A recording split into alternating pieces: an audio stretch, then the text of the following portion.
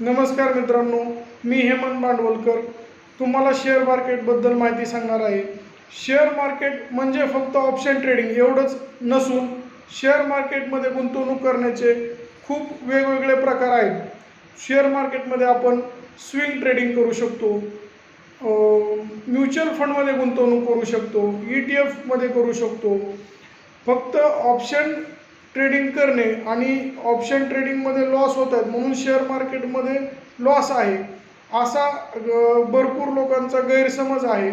आणि ज्या लोकांना शेअर मार्केटबद्दल माहिती नाही ते लोक शेअर मार्केटबद्दल बोलतात की शेअर मार्केटमध्ये फक्त लॉसेसच होतात, परंतु शेअर मार्केट हे पूर्ण माहिती घेऊन करण्याची गोष्ट आहे। माहिती न घेता कुठलीही गुंतवणूक करणे चुकीचं आहे।